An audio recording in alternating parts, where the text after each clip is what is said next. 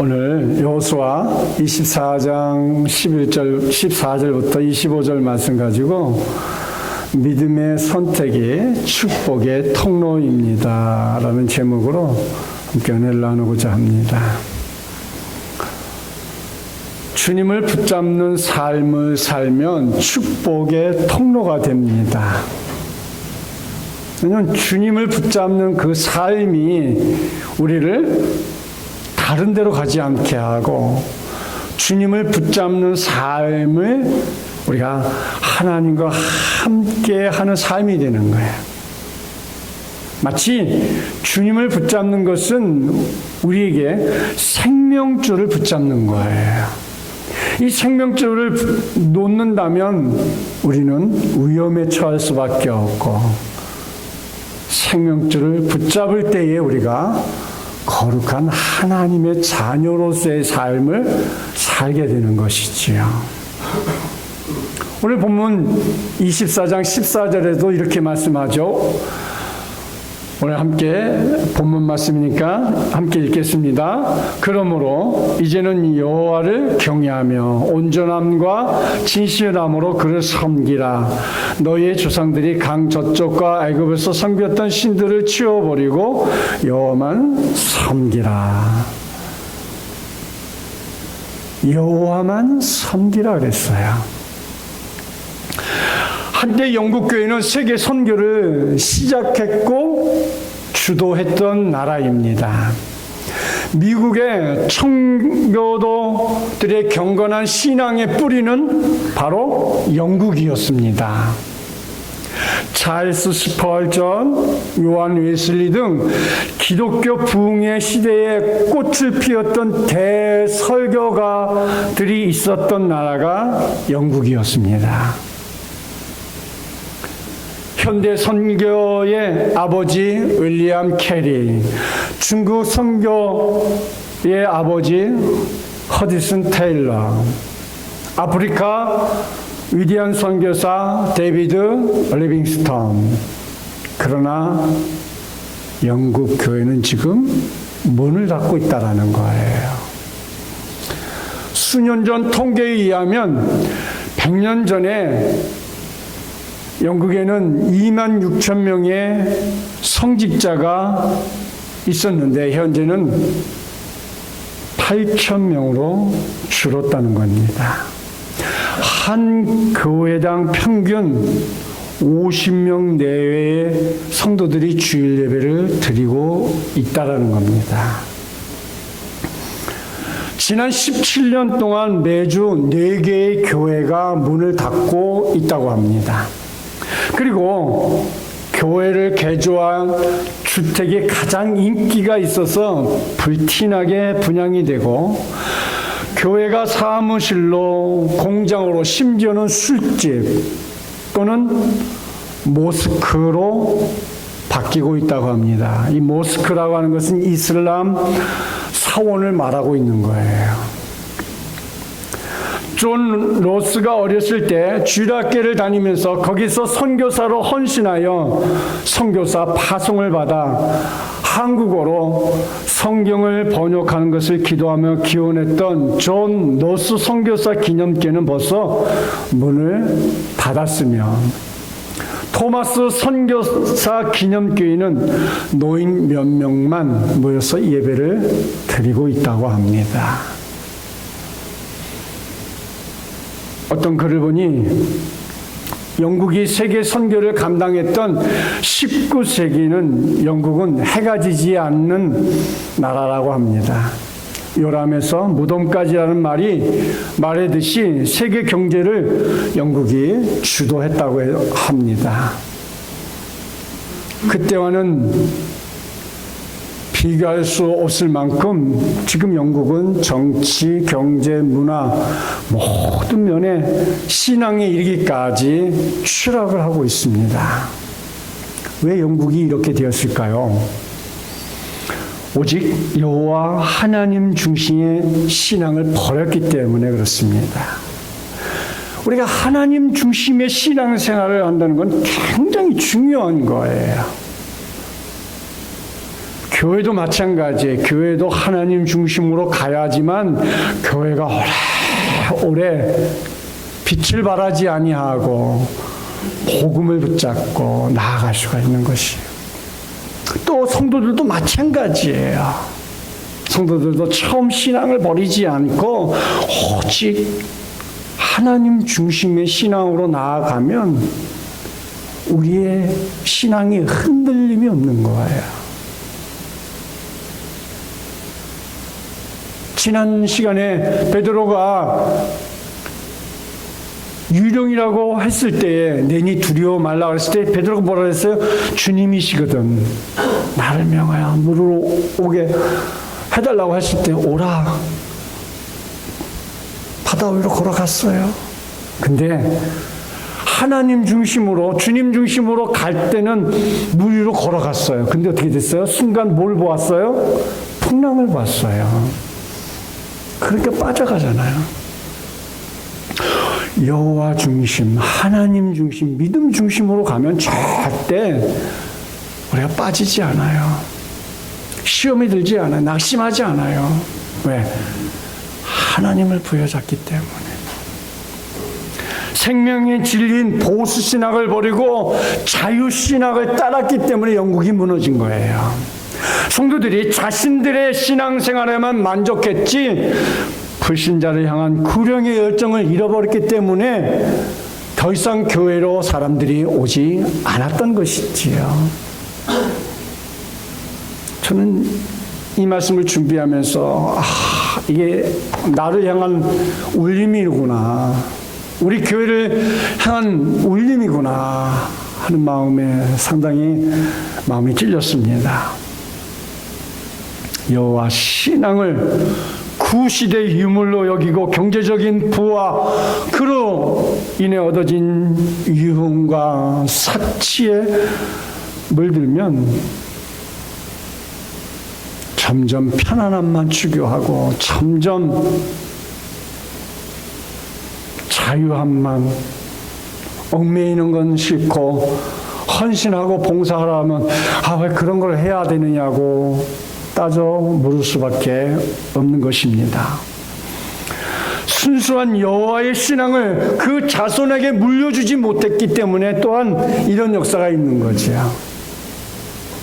교회에 젊은이가 없고 교회에 어린 생명이 없다고 하는 것은 미래가 불확실한 시대를 살아가고 있는 거잖아요. 국가도 마찬가지잖아요. 국가도 왜 자꾸 젊은 사람들에게 자녀를 낳으라고 합니까? 이제 국가의 미래는 우리 어린 생명들이 얼마나 많이 태어나느냐에 따라 국가의 장래가 달려있는 것처럼, 미국 남북 전쟁을 앞두고 고민하고 있는 아브라함 링컨 대통령에게 한 참모가 걱정스럽게 물었습니다. 각하, 하나님이 우리 편이라는 확신이 없으십니까? 그러자 링컨 대통령이 조용히 대답을 합니다. 하나님이 우리 편이라는 것은 확실합니다. 그런데 문제는 우리가 과연 하나님의 편에 서 있는가 하는 것입니다. 그렇습니다. 여기서 우리가 꼭 기억해야 할 것은 우리가 정말 믿음을 선택했고 축복의 통로를 선택하고 있는 하나님의 백성인가 하는 거예요. 나는 항상 하나님 편에 서 있는가? 내가 지금 하나님의 편에 서서 믿음을 선택하고 축복의 통로를 선택하고 있는가? 그것이 우리가 다시 물어야 하고 다시 그것을 생각하고 그 길로 갈 수 있는 사람들이 되어야 할 것입니다. 첫째로 우리 가정은 오직 여호와만을 섬기는 가정이 되어야 합니다. 오늘 본문 14절 15절 말씀입니다. 함께 성독합니다. 그러므로 이제는 여호와를 경외하며 온전함과 진실함으로 그를 섬기라. 너희 조상들이 강 저쪽과 애굽에서 섬겼던 신들을 치워버리고 여호와만 섬기라. 만일 여호와를 섬기는 것이 너에게 좋지 않게 보이거든 너희 조상들이 강 저쪽에서 섬겼던 신들이든지 또는 너희가 거주하는 땅 있는 아모리 족속의 신들인지 너희가 섬길 자를 오늘 택하라. 오직 나와 내 집은 여호와를 섬기겠노라 하니. 아멘. 오직 나와 내 집은 여호와를 섬기겠노라. 강 저쪽에서 너희 조상들이 섬겼던 신들이 어떤 신들일까요? 첫째, 조상들이 살던 하란 땅의 신들. 나일이 라반의 집에서 가지고 도망 나온 가족 수호신 드라빔이 말해주듯이 그들은 여전히 가족 중심의 우상신을 섬기고 있었습니다. 둘째, 이집트에서 섬겼던 신들, 거대한 피라미드를 축조하면서 바로를 신으로 숭배했던 권력 숭배의 종교였습니다. 또 세 번째로 너희가 거주하는 땅에 있는 아모리 족속의 신들이었습니다. 가나안 땅에 이스라엘이 빠져든 풍요로 상징되는 번영과 타산의 신, 바로 바알 종교였습니다. 이런 우상을 치워버리라는 거예요. 오늘 현대를 살아가는 우리들에게 있어서 여러분 앞에 있는 우상은 무엇이라고 생각하십니까? 각자 사람마다 자기가 느끼는 우상의 신은 다 다릅니다. 우리는 그것을 치워야 합니다. 그리고 하는 말이 여호수아는 너희가 섬길 자를 택하라 이렇게 말씀하고 있습니다. 여호수아는 이스라엘 백성들에게 오늘 택하라고 합니다. 오직 나와 내 집은 여호와를 섬기겠노라. 지금 직전 말년에 이르기까지 확고한 신앙의 모습을 보여주는 여호수아의 모습 속에서 신앙이란 이렇게 늙을수록 더 강해져야 한다는 것을 우리에게 보여주고 있습니다. 시간이 갈수록 성숙한 믿음, 축복받는 믿음, 이런 믿음이 다 되시길 축원합니다. 여러분, 출애굽에 두 영웅이 있지요. 한 사람은 모세였습니다. 또 한 사람은 오늘 우리 본문에 나와 있는 여호수아입니다. 모세는 이스라엘 백성들을 애굽에서 이끌어내어 홍해를 건너 출애굽의 대장정에 일어난 위대한 지도자입니다. 그러나 모세의 뒤를 이은 여호수아는 요단강을 건너 여리고 성을 무너뜨리고 가나안 땅으로 백성들을 이끌어 들어간 대단한 또 지도자예요. 여호수아가 이끄는 이스라엘 사람들은 7년의 전쟁을 통하여 가나안 땅 대부분을 정복합니다. 이제 이스라엘 백성들은 더 이상 떠돌이 생활을 할 필요가 없게 되었고 안정된 생활을 할 수 있는 여유도 생겼습니다. 이 모든 일을 마무리한 여호수아는 각 지파 지도자들에게 세금에 모아놓고 오늘 본문 말씀이 고별 설교입니다. 마지막 설교이죠. 여호수아 23장이나 24장의 말씀을 요약해보면 한마디로 요약하면 이와 같은 거예요. 하나님을 의지하십시오라는 거죠. 하나님의 말씀에 순종하세요. 그것만이 살 길입니다. 여기까지 인도하시는 분은 나 여호수아가 아닌 여호와 하나님이십니다. 이것이 여호수아가 마지막 고별 설교로 하고 있는 핵심인 것이죠. 이제 여러분은 섬길 대상을 명확히 하십시오라는 내용이에요. 여기까지 인도하신 분은 하나님인데 아직도 여러분은 여러분 속에 가지고 있는 우상을 싹 제하고 여호와만을 의지하라는 거예요. 하나님과 이스라엘 백성들이 언약을 체결한 때 두 가지 중요한 요소가 있어요. 첫 번째 요소는 인간의 결단입니다. 두 번째 요소는 하나님의 은혜입니다. 본문 말씀을 보면 인간이 결단하기에 앞서서 하나님의 역사, 하나님의 은혜를 말하고 있어요. 인간이 신을 섬기기로 결정하면 신이 복을 준다는 것은 일반 종교입니다. 그러나 성경에서 하나님의 은혜가 인간의 결단의 선행 조건이라는 것이죠. 여러분, 우리가 선행 조건으로 아까 고집사님이 찬양을 하면서 믿음의 선진들, 우리 믿음의 조상들이 하나님께서 제일 많이 받은 게 뭐라고요? 믿음이라 그랬잖아요. 믿음만. 네. 믿음. 우리가 그 믿음만 가지고 있으면 모든 것이 다 해결되는 거잖아요. 그 믿음을 향해서 우리는 달려가고 있는 거죠. 하나님께서 너희를 사랑하셨고 너희를 돌보셨고 모든 것을 주셨고 지키셨으므로 하나님만을 섬기기로 결정하고 결단하라는 거죠. 오늘 본문 18절 말씀 함께 선독합니다. 여호와께서 또 모든 백성들과 이 땅에 거주하던 아모리 족속을 우리 앞에서 쫓아냈습니다. 그러므로 우리도 여호와를 섬기리니 그는 우리 하나님이시라 하니라. 우리 앞에서 쫓아내었어요. 뭘 쫓아내요? 우리의 믿음의 걸림돌이 되는 사람들을 쫓아내야 합니다. 나의 믿음의 걸림돌이 되는 사람이 누굴까요? 다 다르겠죠. 그렇죠? 그걸 쫓아내야 되는 거예요. 이런 결단이 나를 지키는 일이에요. 이런 결단이 우리 가정을 지키는 일이에요. 이런 결단이 우리 사업장을 지키는 거예요. 이런 결단이 우리 교회를 지키는 거예요. 이런 결단이 민족과 조국 교회를 지키는 거예요. 그 결단 한 번이 우리 인생을 좌우할 수도 있는 거기. 우리는 결단합시다. 두 번째로 하나님의 음성을 듣고 믿음의 고백을 해야 하는 거죠.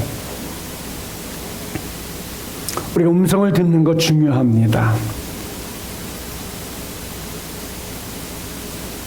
아이들에게 심부름 시켜서 야 나가면서 야야야 들어오면서 기왕이면 뭐뭐까지 사와라 그러는데 문을 퍽 닫고 벌써 나갈 수 없어. 나간 뒤에 엄마는 얘기한 거야. 그러면 그 아이는 그 소리를 들었을까요? 대부분은 못 들어요. 들었으면 엄마 뭐 또 사오라고? 분명히 그랬을 거란 말이에요. 우리가 하나님의 음성을 들어야 합니다. 어떤 음성일까요? 섬긴다는 것은 관계를 맺는다는 거죠. 바로 주인과 종의 관계입니다. 종은 주인의 음성을 잘 들어야 돼요. 박근혜 정부에서 너무 참모들이 너무 잘 들어서 메모를 기가 막히게 해서 이 사건이 사단이 났잖아요. 참 잘했다고 생각해요. 저는 100번 잘했다고 생각해요. 잘못된 일은 드러나야 돼요. 누가 했든지 어떻게 됐든지 잘못된 거는 드러나는 거예요.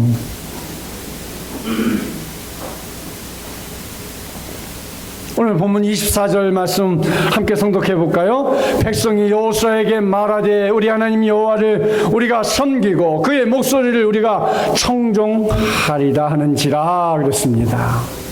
자기 뜻대로 자기 생각대로 하는 것은 종이 아니에요. 그래서 내가 당신의 음성을 들으면서 살겠습니다. 우리는 주님 앞에 주님 말씀만 하옵소서 내가 듣겠습니다. 그래서 우리가 대표 기도하고 나면 뭐 해주죠? 정소망 선생님이 반주로 해줘요. 그렇죠? 혼자 개인 기도하면 개인 기도하고 찬송과 한 곡 정도 반주해 줄 동안 여러분 기다리고 일어나십니까? 그렇게 하면 잘하시는 거고 그렇게 안 하면 잘못하시는 거야. 기도했으면 하나님의 음성을 듣는 시간을 좀 한번 가져보십시오. 열심히 하나님 이것도 해주시고 저것도 해주시고 아들내미 문제도 해결해 주시고 딸내미 문제도 해결해 주시고 사업장 문제도 해결해 주시고 교회 문제도 해결해 주십시오. 예수님의 이름으로 기도합니다고 집에 가기 바빠. 민지처럼 하품하기 바빠. 그럼 되겠어요?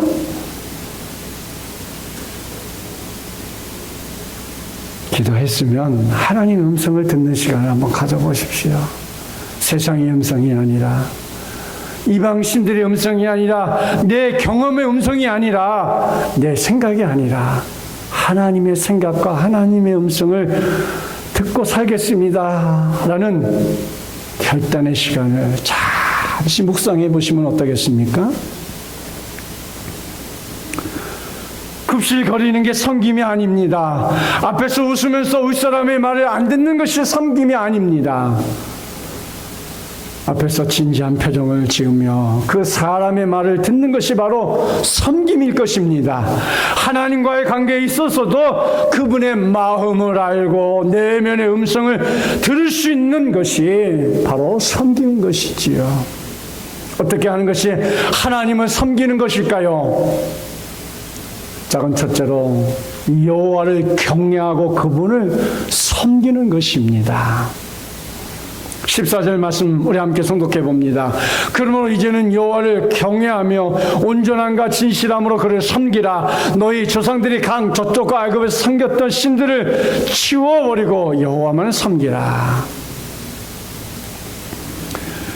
온전함과 진실함으로 그를 섬기라. 경외한다는 것은 두려워 떨며 그분 앞에 엎드리는 것을 뜻합니다. 모세가 떨게나무 불꽃 가운데서 신발을 벗고 그분 앞에 엎드린 처럼 여호수아가 여호와의 군대장관 앞에서 두려워 떨며 그분 앞에 넙죽 엎드린 것처럼 하나님을 두려워하며 경외하며 그분 앞에 엎드리는 것입니다. 쉽게 말하면 나를 포기하는 것입니다. 나를 내려놓는 것입니다. 하나님 말씀에 순종하는 자세인 것입니다. 작은 두 번째로 이방신들을 던져버리고 여호와를 섬기는 것입니다. 조금 전에 14절 말씀 우리가 읽었습니다. 하나님 외에 내가 의지하는 것들, 나에게 권리를 주장하는 외부 조건들을 떼어버리고 하나님을 섬기라는 것입니다. 이것이 바로 하나님과 이스라엘 백성의 언약을 체결할 때에 하나님께서 호령하였듯이 여호수아의 입술을 통해 주신 하나님의 메시지인 것입니다. 이렇게 선포하면서 여호수아가 15절에서 자신의 의지를 밝힙니다. 우리 15절 말씀 함께 성독해 봅니다. 만일 여호와를 섬기는 것이 너희에게 좋지 않게 보이거든 너희 조상들이 저쪽에서 섬겼던 신들이 또는 너희가 거주하는 땅에 있는 아모리 족속의 신들인지 너희가 섬길 자를 오늘 택하라. 오직 나와 내 집은 여호와를 섬기겠느라. 우리에게 복 주신 분은 누구일까요?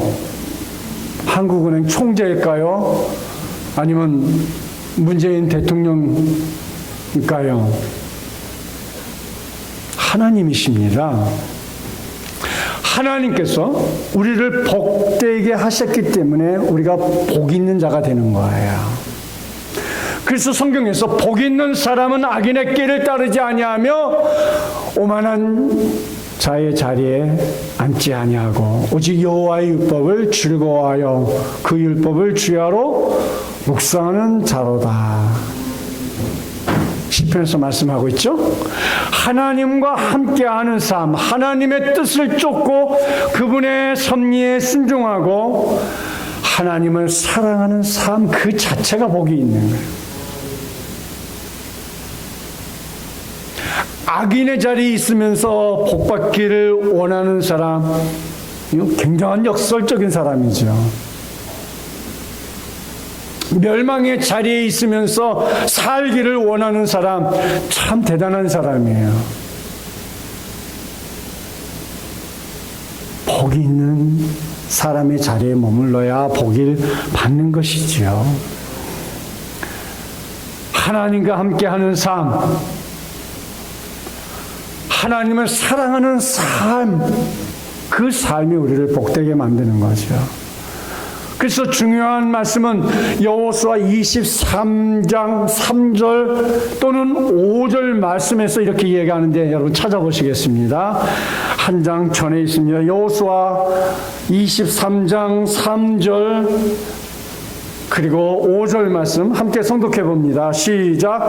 너희 하나님 여호와께서 너희를 위하여 이 모든 나라에 행하신 일을 너희가 다 보았거니와 너희의 하나님 여호와 그는 너희를 위하여 싸우신 이시니라. 5절. 너희의 하나님 여호와 그가 너희 앞에서 그를 쫓아내사 너희 목전에서 그들을 떠나게 하시리니 너희의 하나님 여호와께서 너희에게 말씀하신 대로 너희가 그 땅을 차지할 것이라.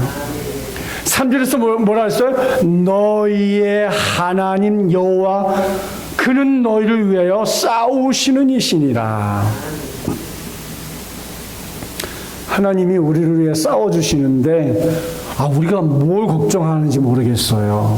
그렇죠? 하나님 우리를 위해서 싸워주시잖아요. 뿐만 아니라 그 땅을 주시는 분이 하나님이시라고 이렇게 말하고 있잖아요. 5절에서 여호와께서 너에게 말씀하신 대로 너희가 그 땅을 차지할 것이니라. 그렇습니다. 사랑하는 성도 여러분, 우리 신앙인들이 하나님의 이런 음성을 듣고 바른 믿음의 사람이 된다면 그것이 축복의 통로가 되는 거예요. 그래서 하나님의 음성을 듣고 믿음의 고백을 하게 하는 것이지요. 세 번째로 길갈의 믿음을 회복해야 합니다. 이스라엘 자손들이 요단강을 건넌 후에 12개의 돌로 기념비를 세운 곳입니다. 이스라엘이 요단강을 건너 가나안에 들어갈 수가 있습니다. 요단을 건너야 합니다. 그런데 그 시기가 모맥을 거두는 시기로 우기 때라 요단강을 강물이 넘쳤습니다.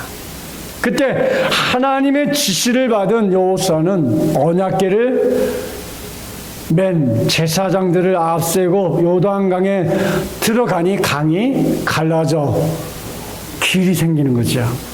그래서 무사히 길을 건너갔습니다. 사실 요단강은 이스라엘 백성들에게 언제나 죽음의 강처럼 인식하고 있던 강이었습니다. 감히 도저히 그 어려운 강을 건널 엄두를 내지 못했던 것입니다. 그러므로 그들이 요단강을 건넜다고 하는 것은 죽음을 통과한 것이나 다름이 없었던 것입니다. 그래서 길갈은 이스라엘 백성들에게 매우 중요한 모습인 것을 우리에게 가르쳐주고 있는 것이죠. 그들이 죽음의 강 요단강을 건너서 주께서 약속하신 가나안 땅에 들어가서 새로운 삶을 시작하는 곳입니다. 길갈은 이스라엘 백성들에게 새로운 시작을 나타내는 장소입니다. 사랑하는 성도 여러분, 오늘날 교회가 마찬가지여야 됩니다. 새로운 삶을 시작하는 곳이 교회가 되어야 합니다. 교회는 고치는 곳입니다. 교회는 가르치는 곳입니다. 교회는 전파하는 곳입니다. 교회는 성령의 바람으로 우리의 인격을 바로 세우는 곳입니다. 습관도 고칠 수 있습니다. 환경도 고칠 수 있습니다. 질병도 성령이 고쳐주십니다. 길갈의 또 다른 의미는 거듭남의 의미가 있습니다. 우리는 기필코 길갈을 통과해야 합니다. 성도로서 거듭난 축복이 있으시길 축원합니다. 우리 모두가 이 길을 통과해야 합니다. 여러분 앞에 막혀있고 여러분이 뛰어넘을 수 없는 길갈은 무엇이라고 생각하십니까? 그 길갈을 뛰어넘으시길 바랍니다. 나 혼자 뛰어넘으려고 하니까 항상 어려운 것이에요. 혜수가 어젯밤에 드럼을 와서 연습을 했대요. 아유, 얼마나 대견한지 모르겠어요. 그 밤에 막 두들기니까 이제 여기 바로 건물 뒤에가 여관이에요. 여관에 있는 사람이 아마 왜냐하면 이 여관은 인근에서 막노동하고 이런 사람들이 이제 단기 이렇게 머무는 사람들이 많기 때문에 아마 이 사람들이 낮엔 일하고 새벽같이 나가고 이제 일찍 들어오면 쉬는데 예수 믿는 사람이면 그래도 그게 좋지요. 드럼 소리가 쿵짝짝 하면서 했는데 안 믿는 사람이니까 얼마나 시끄럽겠어요. 예. 얼마나 또 놀랬을까 싶은 생각이. 우리는 그게 단련이 됐잖아요. 예전부터. 그래서 아마 놀래가지고 막 여기저기 전화했을 것 같아. 자, 우리가 우리 앞에 놓여 있는 내 힘으로는 안 되는 것을 길갈을 통과해야 되는데 주님과 함께 통과하면 능히 통과할 수 있을 줄 믿으시길 축원합니다. 네 번째로 여호수아가 외친 고별 설교의 포인트는 다른 선택을 요구하고 있다는 거예요. 15절 말씀 봅니다. 함께 성독합니다. 만일 여호와를 섬기는 것이 너에게 좋지 않게 보이거든 너희 조상들이 강 저쪽에 섬기던 신들이 또는 너희가 거주하는 땅에 있는 아무리 족속의 신들인지 너희가 섬길 자를 오늘 택하라. 나와 내 집은 여호와를 섬기노라. 마치 갈멜 산상에서 단호한 어조로 너희가 어느 때까지 두 사이에 머뭇거리려 하느냐. 여호와가 만일 하나님이면 그를 쫓고 바알이 만일 하나님이면 그를 쫓으라. 이렇게 엘리야처럼 결단을 촉구하는 여호수아의 메시지인 것이죠. 그렇습니다. 너희가 어느 때까지 둘 사이에 머뭇거리고 있으려느냐. 사랑하는 성도 여러분, 신앙은 하나님이냐 우상이냐 천국이냐 지옥이냐 선택하여 결단하니 순간이 필요한 거예요. 사람들이 선택을 하는 순간 잘못함으로 말미암아 일생을 불행 가운데 살아가는 경우들이 너무 많이 있어요. 선택의 윤리학에서 인생을 성공학적으로 세 가지를 선택하라고 말하고 하고 있어요. 첫째는 뭐예요? 직업을 선택을 잘 하라고 얘기하고 있어요. 직업 선택 매우 중요해요. 우리 크리스찬들에겐 참 중요해요. 우리 김경자 지사님이 12월 10일인가요? 그때까지 다니시고 직장 그만두시겠는데 왜 집사님 구족자 주일을 모시게 하니까 주일 지키시기 위해서 결단을 하셨다는 거예요. 존경스럽죠? 멋있죠? 우리 박수 한번 해봅시다. 야, 직업의 선택은 그래서 우리 크리스천들에게 참 중요합니다. 둘째로 배우자의 선택을 잘해야 돼요. 우리 희숙 집사가 배우자를 선택 못했는데 남자들이 다 어디 갔는지 모르겠어. 이 배우자의 선택을 잘하라니까 너무 잘하냐고 저렇게 기다리고 있는 것 같아. 중요합니다. 세 번째로 종교의 선택을 잘해야 돼요. 여러분은 종교 선택 참 잘하셨어요. 한생명 비전교회는 대한민국에서 가장 경건한 교회입니다. 왜냐하면 종교 선택을 잘못해서 가정이 풍파를 일으키는 사람들이 우리 주위에 의외로 많아요. 여러분들은 너무 교회를 잘 선택하니까 모르셔서 그러죠. 여러분 주위에 보면 종교 선택 잘못해가지고요, 가정이 엉망된 가정도 굉장히 많아요. 바른 선택과 결단이 인생의 운명을 바꿀 수 있습니다. 요단강을 건너 가나안 땅을 정복한 선대에 섰던 백정, 노장, 여호수아가 모든 것을 정리하고 하나님 앞에 가진 고별 설교의 대목입니다. 누군가 마지막으로 남긴 말은 의미심장할 것 같아요. 그렇죠? 그래서 부모가 마지막 소천하시면서 유언을 남기죠. 그래서 돈 많은 집들은 그 유언장이 굉장히 항상 문제가 돼요. 그죠? 여러분 가정에는 이 정도의 유언장까지는 아니려니 저는 생각합니다만, 마지막 유언은 참 의미심장한 것입니다. 그것은 다름 아닌 누구를 섬길 것인가의 문제였죠. 가나안 땅은 이방 종교의 문화가 가득한 곳입니다. 그곳에는 우상으로 인해서 바른 신앙이 어려웠습니다.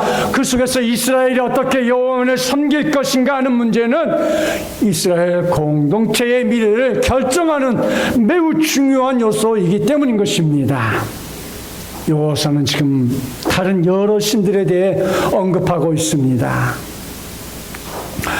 선택에 앞서 우리는 분별을 해야 할 것입니다. 여호수아가 왜 이렇게 촉구하고 있을까? 그들 중에 이미 이방 신들의 유혹에 흔들리고 있는 백성들이 있었기 때문입니다. 여호수아의 결단의 촉구에 대한 백성들의 일차적인 반응이 긍정적이었습니다. 16절 말씀 함께 보겠습니다.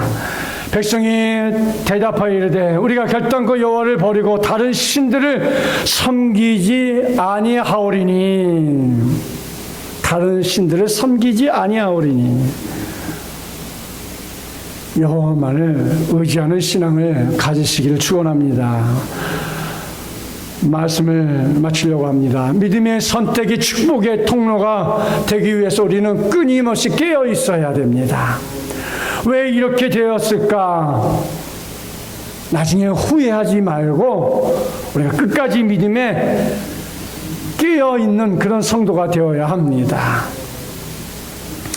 그래서 마틴 루터는 사단의 최상의 전순 전략은 사람으로 하여금 차차 하지, 나중에 하지, 다음에 하지, 이런 마음에 생기게 하는 것이라고 했습니다. 용기와 책임감이 없는 사람은 항상 우물쭈물하게 되고, 우물쭈물하고 선택을 올바로 하지 못하는 사람은 결국은 항상 후회하는 삶을 살아갈 수밖에 없어요. 강차강 카네기는 자신의 성공 비결을 묻는 기자들에게 이렇게 얘기했습니다. 나는 하나님께서 주신 수만 번의 기회 중에 아주 중요한 몇 번의 기회를 잘 선택했을 뿐이라고 대답했다는 것입니다. 하나님께서 우리에게 선택의 기회를 주신 것이야말로 참으로 큰 축복이 아닐 것입니다. 사랑하는 성도 여러분, 칭찬도 섬김의 삶입니다. 내 칭찬 한마디가 누군가에겐 희망이 될 수 있습니다. 아마도 젊은이도 어른도 모두 칭찬을 좋아합니다. 책에서도 칭찬은 고래도 춤추게 한다고 했습니다. 여성분들에겐 젊다, 예뻐졌다 하는 말이 칭찬의 말이라고 합니다. 그 칭찬의 말 한마디는 보약보다 효과가 더 크다고 했습니다. 예수님께서 가장 힘써 강조한 것이 섬김의 삶이었습니다. 내가 세상에 온 것은 섬김을 받으러 온 것이 아니라 도리어 섬기러 왔노라. 그리고 스스로 섬기셨습니다. 사랑하는 성도 여러분, 믿음의 선택의 축복의 통로에서 우리가 오직 나와 내 집은 여호와를 섬기겠노라 하신 이 말씀처럼 뜨거운 신앙의 열정으로 불같은 뜨거운 신앙의 소유자로 남을 수 있기를 축원드립니다.